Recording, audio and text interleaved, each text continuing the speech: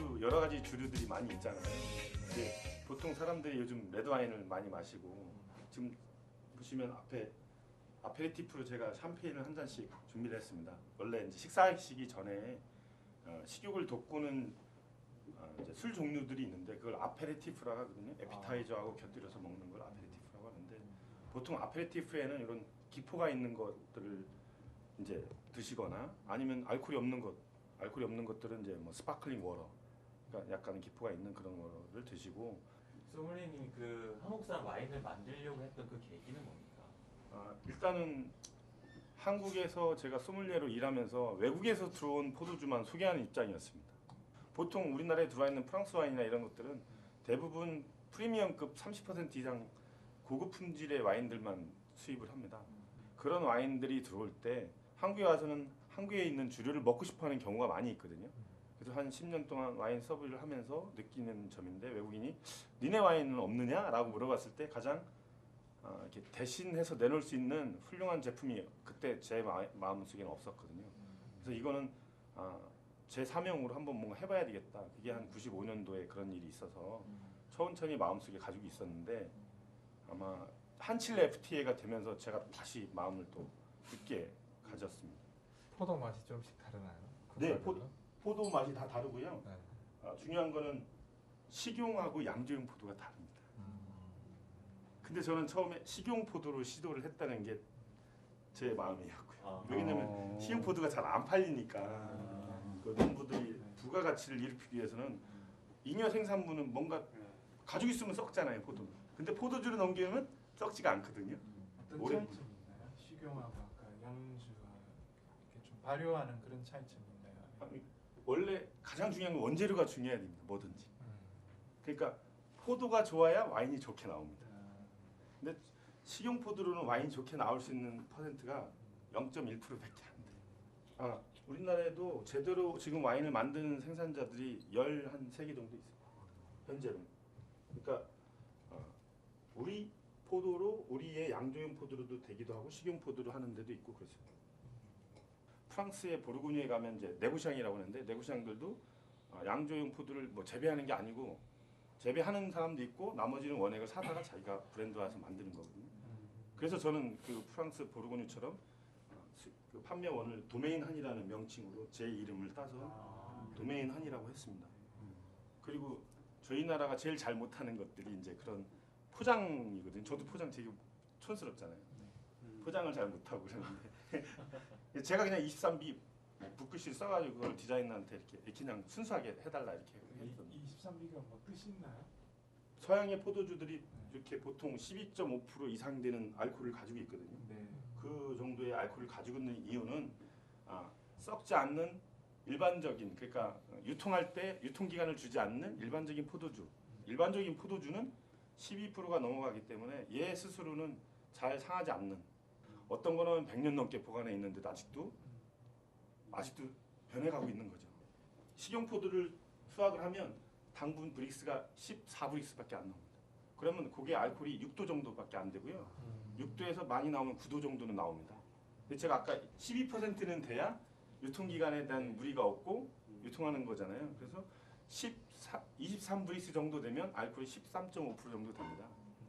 그래서 23브릭스로 23브릭스. 브릭스라는 단어를 가지고 되는 명명화했고, 요거는 설탕을 안 넣고 포도를 따자마자 발효를 하기 전에 수분을 좀 날리는 과정을 거쳐서 23브릭스를 끌어올렸다.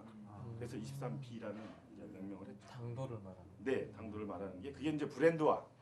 저는 이제 한국에서 못하는 것 중에 브랜드화를 해서 그 뭐 세컨드 레이블, 서드 레이블 이걸 만들어내기 위해서 아이템을 이제 브랜드화했죠.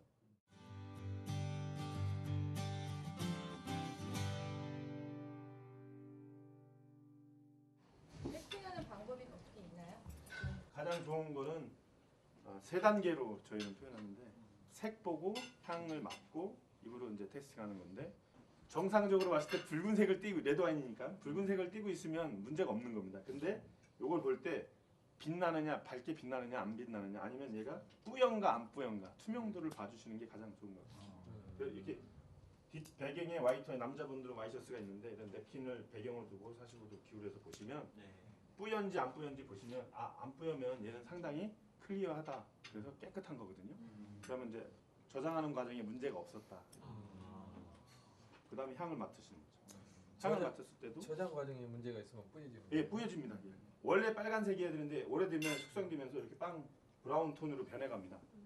10년이고 20년이고 지나면 점점점 레드 와인의 색깔이 연해지거든요. 아, 근데 지금 얘가 연해진 건 아니고 빨간색을 띠고 있기 때문에 얘는 어리다. 네. 아직 오래 숙성된 와인이 아니다. 이렇게 아. 짐작할 수 있는 거죠. 보통 서비를 여성분 우선 서버 하잖아요. 네. 그 테스팅한 분 서버를 제일 마지막에 해야 되거든요. 그게 시험 문제예요. 답이었는데 네. 예전에 제가 처음 배울 때는 여성분이 테스팅했어도 여성분한테 줬거든요. 그래서 남성분 다 드리고 돈 계산하시는 분 여성분이니까 그분이 여성분이 돼도 마지막에 항상 룰을 그렇습니다. 와인 테스팅 하신 분은 맨 마지막에 서버.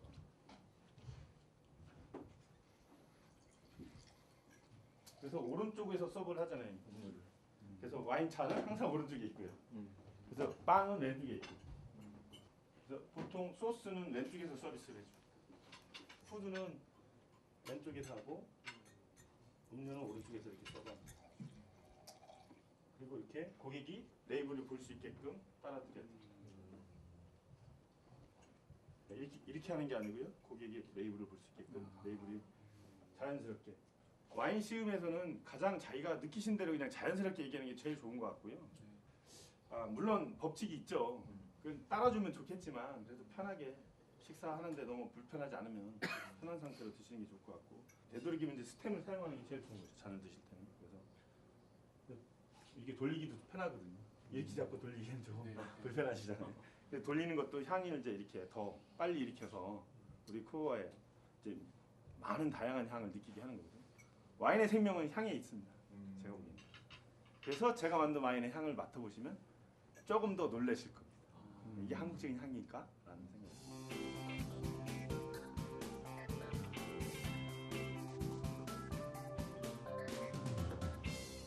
자, 색깔이 어떠세요?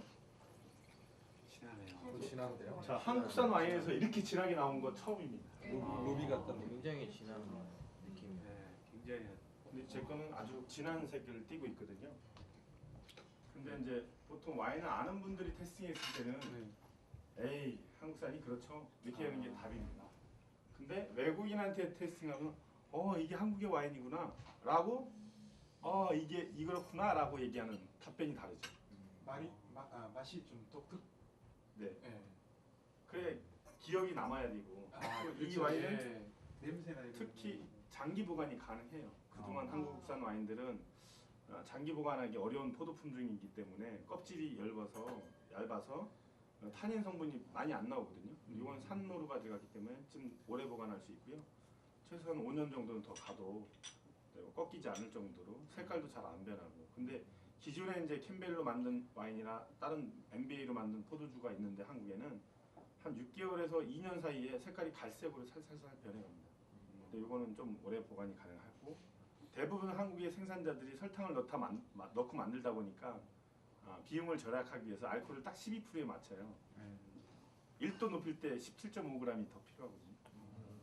설탕이. 그래서 딱 12% 맞추는데 저는 일부러 13.5%를 한 거예요. 그래서 12%랑 차별을 하기 위해서. 한국적인 포도주가 집중해서 이렇게 나가면 앞으로는 무궁무진히 열려 있습니다. 처음에 시도한 사람이 없어서 그렇지. 예. 왜냐면 너무 상업적으로만 생각을 해서 만드니까 생산을 했는데 안 팔리거든요. 예. 그리고 많이 생산을 해서 판매량을 생각 못하고. 그래서 저는 집중화해서 소량 생산해서 판매가 되면 조금씩 늘려갈 생각인 거죠. 반대로. 대신에 고급화.